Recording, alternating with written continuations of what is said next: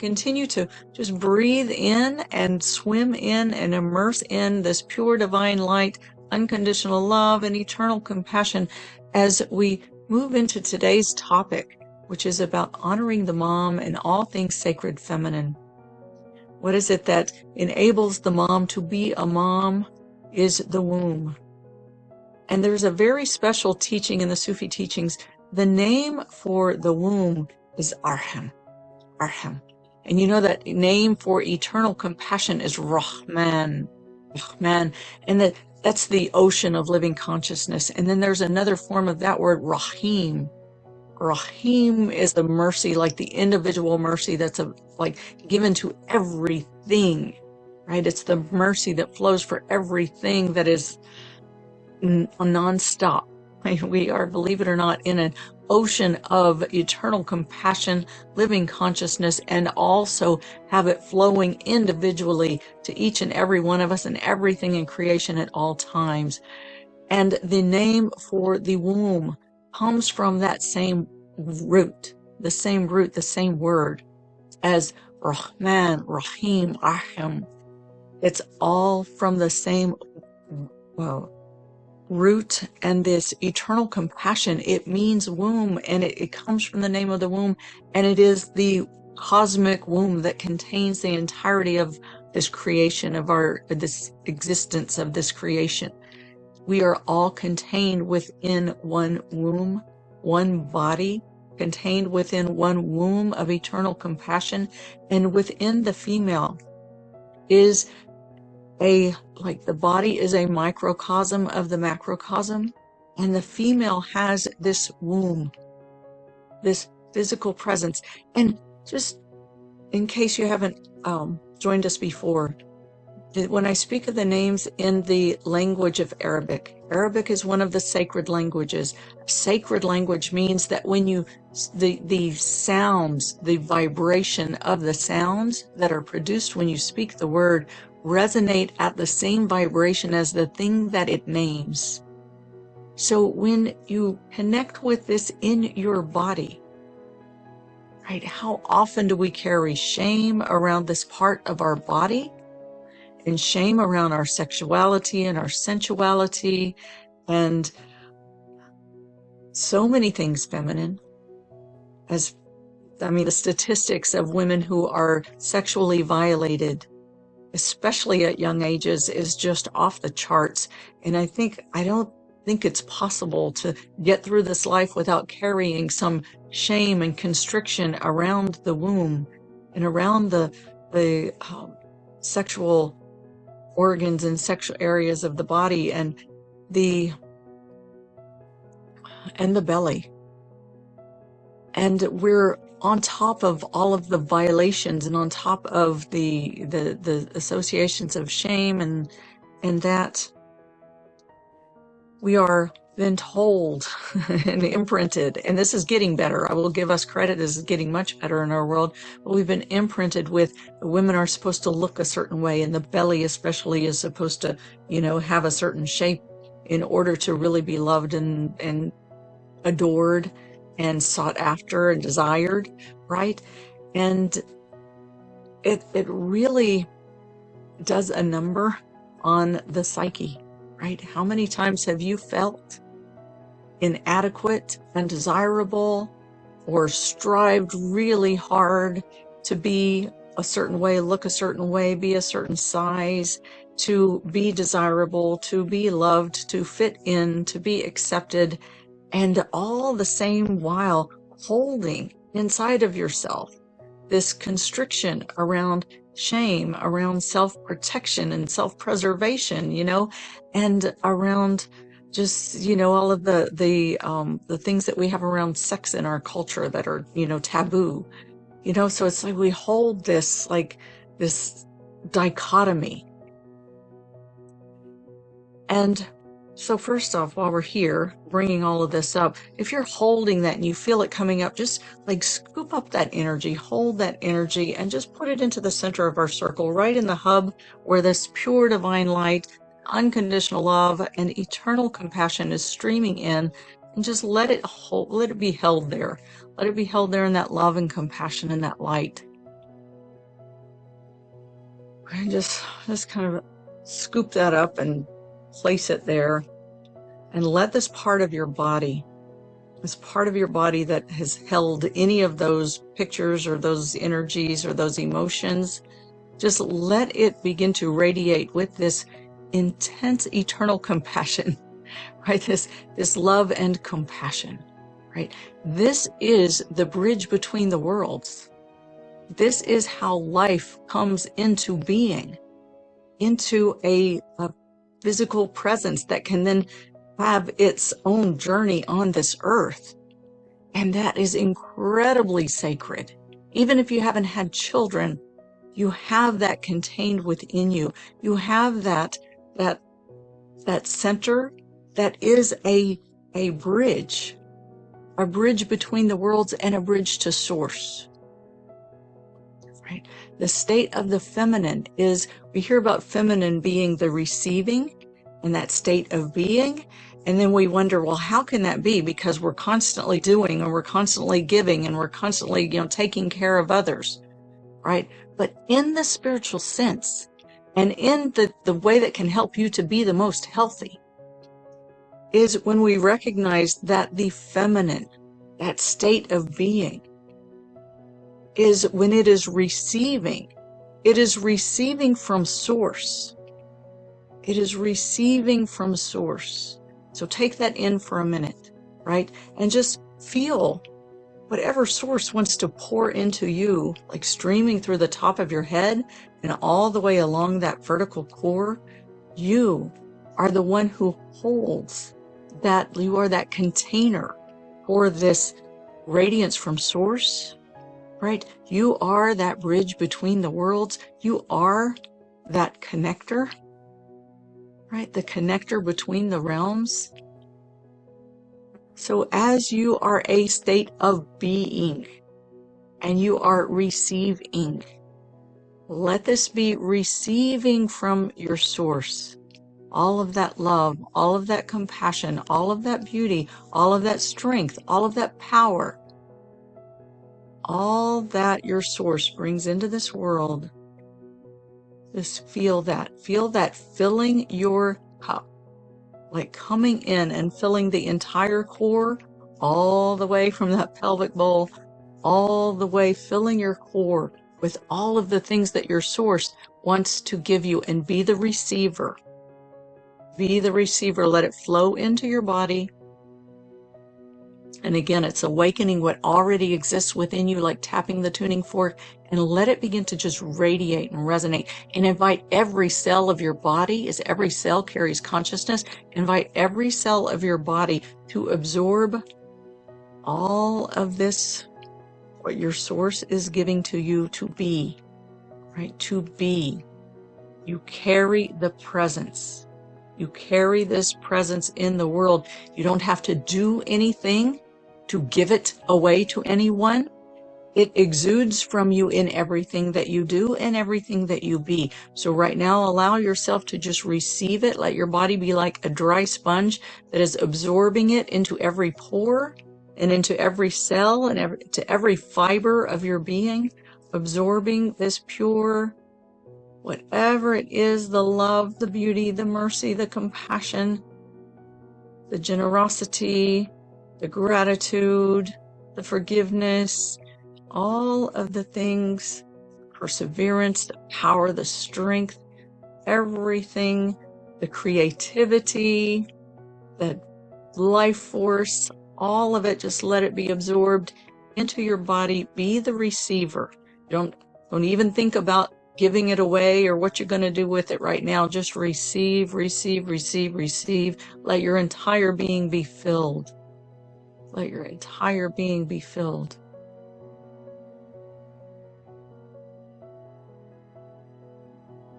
And receive, receive. Let it stream into every cell of your body, every pore.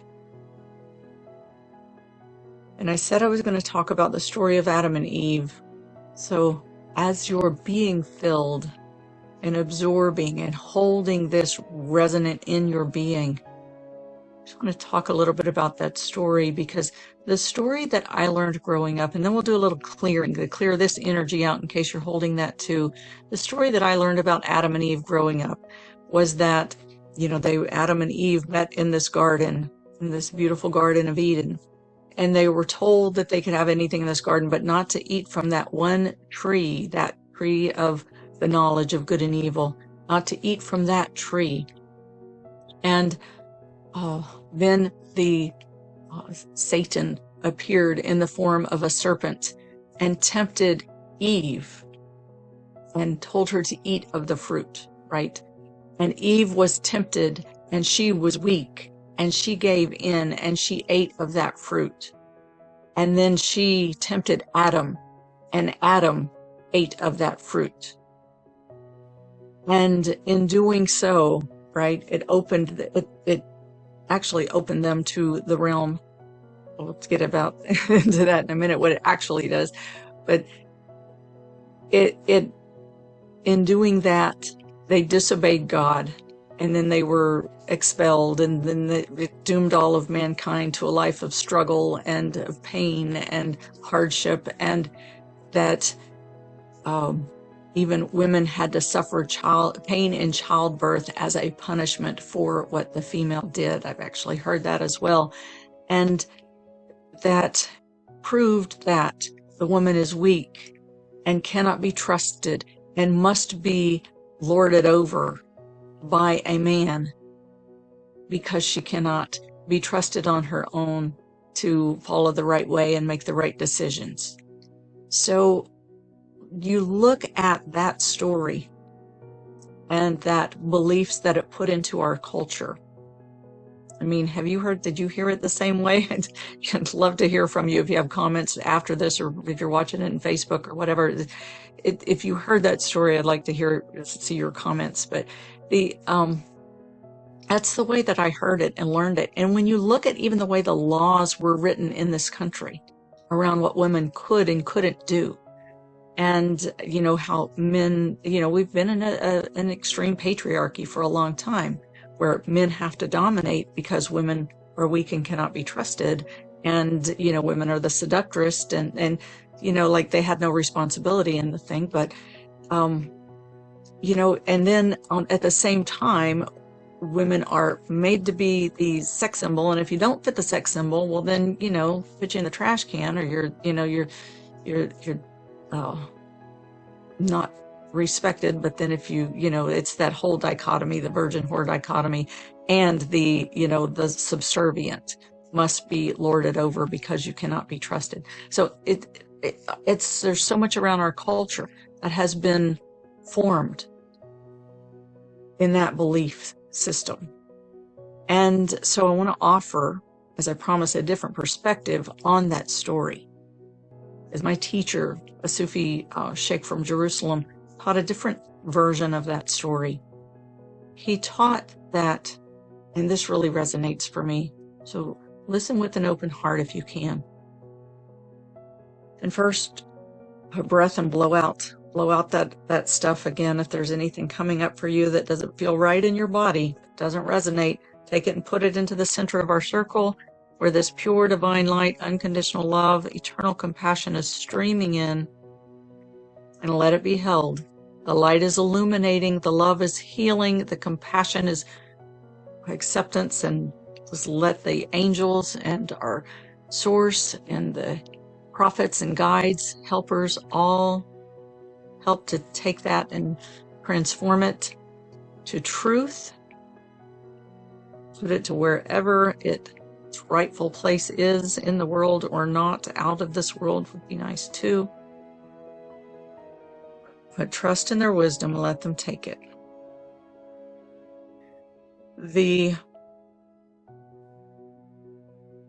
Another perspective on that Adam and Eve story is that Adam and Eve met in the Garden of Eden, and Eve appeared to Adam as the tree of knowledge of good and evil, right? That container which holds the complete knowledge of, right, the vessel the vessel for that knowledge. And when they came together and ate of the fruit, this is a metaphor for the act of sexual intimacy. And there is a significance about the apple and eating. But this is and I'll get to that in a minute, but this is an act of sexual intimacy, of union of the male and female coming together in order to begin, right? They were initially, there was one Adam Eve that all of the knowledge of everything was put into this Adam Eve. And then they were split into male and female. And the female, being that state of being, is the container. And it's like and this is true for your inner feminine and inner masculine as well. It is like the watering hole, if you will, that you can, where you come to. Your inner feminine is that place where you come to when you meditate, when you connect, when you sit in that state of being, right? It's that place that you come to connect with source. And the masculine is that, that going out and doing, right? And this is true for your inner masculine as well. It is that going out and doing, right? We all need those times where we come back to that state of being and we reconnect and we replenish. And then we can more and more exude and stay in that state and exude whatever we receive and contain as we are out in action in the world, right? That's the inner masculine, inner feminine. That's the masculine and feminine energies that are put into the human being. And so this was necessary in order for the Adam Eve to descend from, first they were in subtle body and in bliss, right? In bliss, in connection with source. We as human beings agreed to come in here and incarnate into physical bodies with free will. And so there were certain things that had to happen in order for us to come into these more dense realms and come into a state where we can experience life in the physical body through the physical senses. Because otherwise we're just in the state of bliss all the time. We could care less about eating or having children or any of the things, even serving purpose, right? Success, right? Having success, even those things aren't important when you're just in pure bliss with God. And so this had to happen in order to open the eyes so that they could see, right? We're told when they ate of the fruit, they opened their eyes, they saw themselves as naked and they were ashamed, right? I don't know about the whole shame piece, honestly. I'm not going to take that one in. But to be able to be in this physical body, right? There's a teaching that says God puts three things in the human being in order to bring us into this physical realm where we can have this earth experience and to release us from that state of pure bliss so that we can have the earth experience. The first one is the need to eat and defecate, right? To fuel the body from the sustenance from the earth that connects us with the earth and with the physical nature of our body that is a part of the earth cycle. So that puts us into the part of the earth cycle. And the second one is the desire to make love and procreate, right? That is what propagates the species, right? And puts us, not only that, it puts us into relationship with each other, which is where all of our opportunities for evolution come into being, right? That's where all our conflicts come in. So that's where our opportunity for evolution comes into being. And then the third thing is the desire for success, the desire to control, the desire to, each one of these has a higher expression and a lower expression, right? And if you look at every New Year's resolution you've ever made, it can fit into one of these three categories. So there's a place where we go off and a place where we come back into a divinely aligned state with each one of these three. And they're all represented in that story of Adam and Eve. And that is what had to happen. And by that whole thing of, well, but God said not to do this and you did this anyway, and then they went immediately to God and said, oh, wow, I messed up. We messed up. We made a mistake. We did this anyway. And they were given forgiveness. They were instantly given forgiveness. So that teaches like how to evolve on this cycle. We are here to make what we call mistakes. That is part of it. We're here to test the limitations and the boundaries of this creation and this nature. And we do, right? We've been doing it. And we're also here to recognize when we've we've gone a little too far here. We're a little too far out of bounds. And we feel the pain of it. We feel the severity of it. It hurts. We feel that it's like, struggle, pain. And it brings us back. Like when you touch fire and you say, that's hot, and you draw your hand back, right? Our whole life is like that in so many ways. And we are here to do that. That's part of our reason for being. And also to learn from what we learn at the boundaries, at the fringes, and bring it back to our connection. And we do that through remorse and forgiveness. And that is taught in that story as well. Oh, wow. We did what you said not to do. We made a mistake. We are sorry. There's the remorse, and the forgiveness is given instantly. So all of that gets taught in this one story in a very beautiful way. And it is all by divine design. It is all by divine design. And the story, when you recognize the feminine and what the feminine holds, the feminine as that tree, as that way to connect and commune with Source.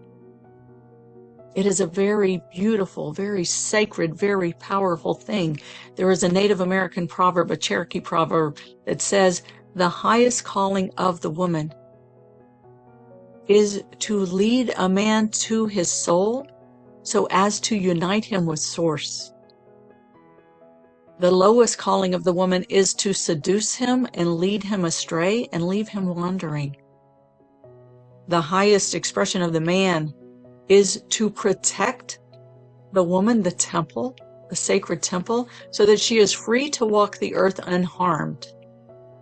And the lowest expression of the man is to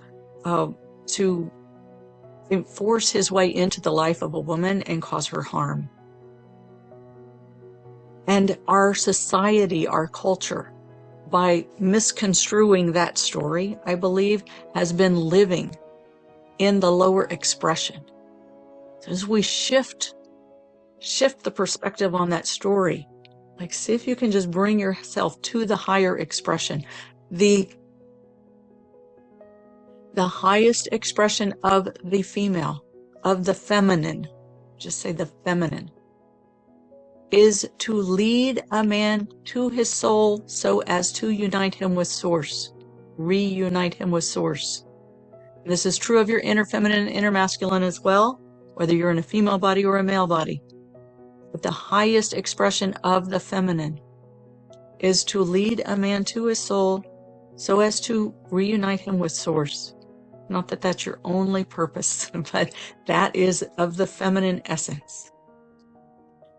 And the highest expression of the masculine is to protect the sacred temple so that she is free to walk the earth unharmed. This applies to you no matter what. It applies to you no matter what. No matter how you identify, no matter what body you're in, you have an inner feminine, inner masculine.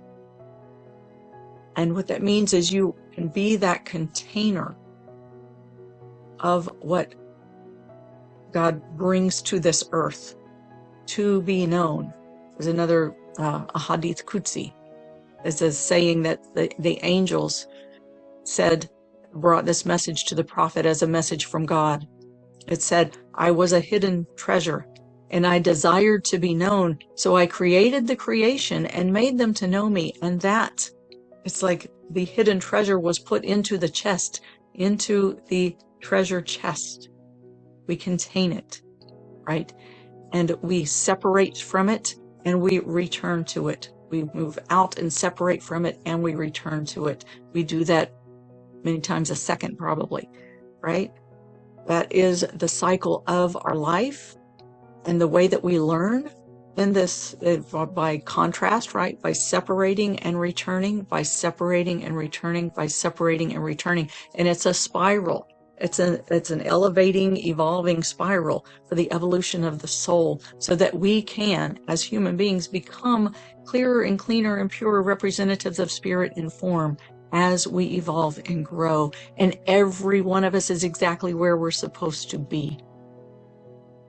So if you are a female, especially, I want to honor you today. If you have had children or not had children, I still want to honor you today, because everyone carries that compassion, that womb of compassion in the physical body. That is what makes you a female. It is that rahman, arhem, the eternal compassion. And it is also said, one other thing to say about that, it is the first emanation of God consciousness is that womb, the rahman, the ocean of living consciousness, the womb of eternal compassion that contains the entirety of our existence. The first emanation from God consciousness is that. So let's take a minute now and put one hand over your heart and one hand over your sacral center, your space beneath your belly button, your lower abdomen. You can feel that energy center there, your second chakra. And just breathe into, just kind of let those spaces connect, your heart and your womb center, right? A heart is a portal to connect with the divine. Your womb center is also an amazing portal to connect with the divine. And just feel the connection between those spaces as you breathe and calling in Rahman, Rahman. Ya Rahman, Ya means oh, calling on source, oh, source of eternal compassion. Just let your entire being be flooded with this compassion. Ya Rahman, Ya Rahman. Remember, it's tapping the tuning fork, so feel it inside in the core of your body.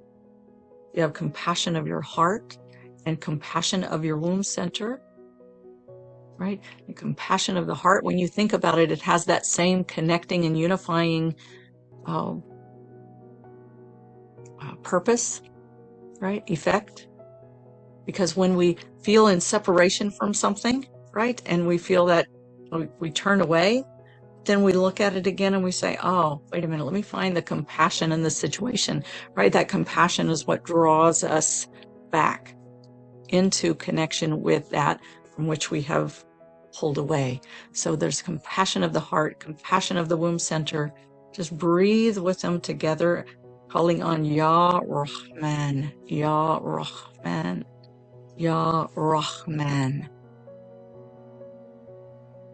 And calling in that divine compassion, that eternal compassion.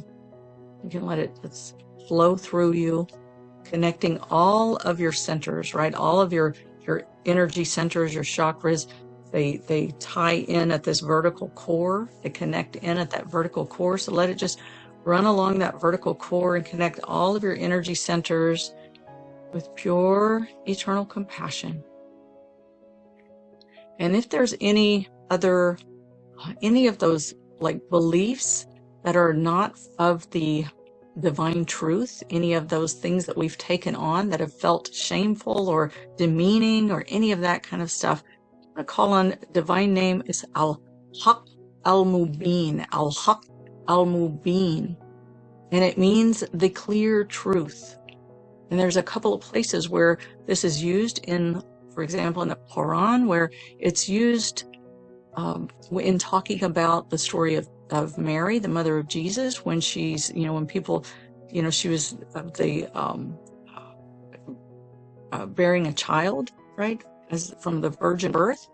And there were people who didn't believe it, and they talked about it, and it says, but God is the clear truth, al-mubin, and to like clear away those things that people say that are not of the truth, because God is the clear truth, al-mubin. So let this come through. And also when the prophet's wife was accused of adultery that she did not commit, it was the same thing. People believed this about her, and it said, but clear that away, al-haq al-mubin. God is the clear truth, al-haq al-mubin. So both of these are stories of the feminine, and that involve feminine sexuality, where people believe things about them that were not true. And God is al-haq al-mubin, al-haq al-mubin, the clear truth. So call on the power of al-haq al-mubin to clear away any of the misperceptions about the feminine, about the female. Clear it out. Al-haq al-mubin, Ya Rahman. Calling on that eternal compassion. Al-haq al-mubin. And you can just, if you feel any hooks or connections or emotions or energies or images or pictures or constrictions in your body, just make that intention to just pull them out, set them into that center of our circle with this light and love and compassion. We call that al-haq al-mubin, to just clear that all away, and just let your body be immersed. Like let that power of the clear truth, al-haq al-mubin, flow into your body, and Ya Rahman, the eternal compassion. Al-haq al-mubin, al-haq al-mubin, al-haq al-mubin, al-haq al-mubin, al-haq al-mubin, al-haq al-mubin, al-haq al-mubin. The clear truth, just let it clear anything out from your body, from your energy body, from your mental body, from your emotional body, from your cellular consciousness, even the old ancestral patterning that's in there. Just let that be cleared out. Al-haq al-mubin, al-haq al-mubin, al-haq al-mubin, al-haq al-mubin, al-haq al-mubin, al-haq al-mubin, al-haq al-mubin, al-haq al-mubin, al-haq al-mubin, al-haq al-mubin, al-haq al-mubin, al-haq al-mubin. Just clearing all of that out. And take some full breaths. If you feel constriction in your body, use your breath to open up those spaces. You can use subtle movement also to move and release that tension and constriction from your body. And let those images, pictures, energies, let them all clear out. And then calling in Ya Rahman, Ya Rahman, the eternal compassion, Ya Rahman, Ya Rahman, Ya Rahman, Ya Rahman. And I'm going to close us out with a reading of my sacred essence from my workbook, Bridging the Gaps, A Journey to the Center of Yourself. This is a workbook and guide for women to heal the wounds of life and live true to your sacred essence. And this was a download that was written through me. It says, I'm going to read this to you, and I invite you to receive it and take it in and really take it all the way into your heart. And again, through your heart and into the core of your body. Let's just take just to align ourselves, take an inhale, draw all of the parts of yourself into your core, upright your spine, and as you exhale, drop down and land into your pelvic bowl. Anchor your presence in the center of your pelvic bowl. Lean into your spine. And again, with your head, it helps if your head is just a slight downward tilt, so it really contains the energy within your body. If you look up, it kind of goes out, but hold it. It's a slight downward tilt, containing the energy within your body, along your vertical core, anchored in your pelvic bowl, leaning into your heart, into that space behind your heart. Your sacred essence. As a woman, you are created as a sacred being with gifts and abilities that are inherent in your creation, that are extremely powerful, beyond the power of this earthly realm. You are worthy of love, honor, and respect, no less than that, from anyone, including yourself. Your divine essence is a bridge between the worlds, a bridge to source. You carry the wisdom of earth and spirit. You are a nurturer and protector of life, a knower and connector of the subtle realms, with true power and strength beyond worldly physical strength. This is a truth of creation, a truth of existence, and it does not change, regardless of what you have done or not done in your life. This is not dependent on the beliefs you have in yourself. This is a divine truth.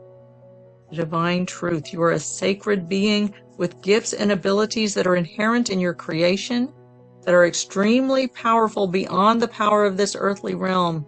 You are worthy of love, honor, and respect, no less than that, from anyone, including yourself. Your divine essence is a bridge between the worlds, a bridge to source. You carry the wisdom of earth and spirit. You are a nurturer and protector of life, a knower and connector of the subtle realms, with true power and strength beyond worldly physical strength. This is a truth of creation. This is a truth of creation. So breathe that all the way into your vertical core. Exhale, drop down and land into your pelvic bowl, lean into your heart and receive. Let this resonate into every cell of your being. Kun fayakun, be and it is, be and it is, be and it is.